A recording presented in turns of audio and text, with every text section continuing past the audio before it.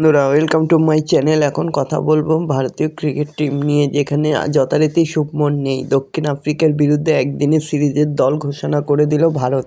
নেতৃত্ব ব্যাটার চোটের জন্য নেই শুভমন গিল। অস্ট্রেলিয়া সফরে একদিনের সিরিজে সহ অধিনায়ক শ্রেয়াস আয়ারও চোটের জন্য মাঠের বাইরে। এই পরিস্থিতিতে দক্ষিণ আফ্রিকার বিরুদ্ধে নতুন অধিনায়ক বেছে নিতে হয়েছে অজিত আগারদের।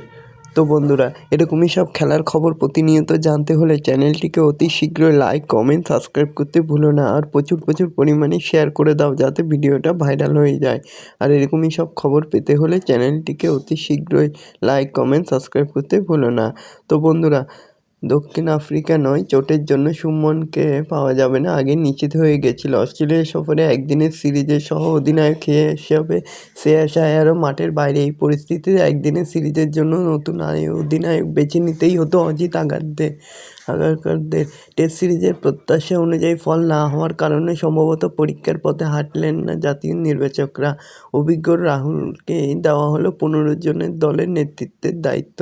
হার্দিক পান্ডিয়া এখন প্রতিযোগিতায় ক্রিকেট খেলার মতো ফিট নন, তাই তার কথা বিবেচনা করা হয়নি। বিশ্রাম দেওয়া হয়েছে জসপ্রীত বুমরাহ ও মোহাম্মদ সিরাজকেও।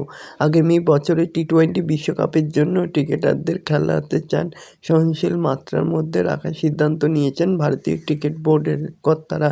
দল নির্বাচনের ক্ষেত্রেও গুরুত্ব দেওয়া হয়েছে তরুণদের। বিরাট কোহলি ও রোহিত শর্মা খেলবেন টেম্বা বামুমাদের বিরুদ্ধে, দুইজনের দলেই রয়েছেন। একদিনের দলেও জায়গা হয়নি মোহাম্মদ সামির। তো বন্ধুরা, এরকমই সব খেলার খবর প্রতিনিয়ত জানতে হলে চ্যানেলটিকে অতি শীঘ্র লাইক, কমেন্ট, সাবস্ক্রাইব করতে ভুলো না।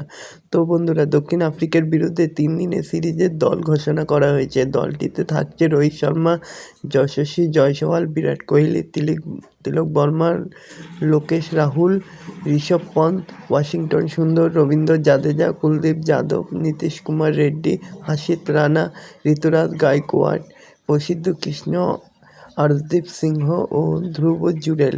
তো বন্ধুরা, এরকমই সব খেলার খবর প্রতিনিয়ত জানতে হলে চ্যানেলটিকে অতি শীঘ্র লাইক, কমেন্ট, সাবস্ক্রাইব করতে ভুলো না। ধন্যবাদ সবাইকে।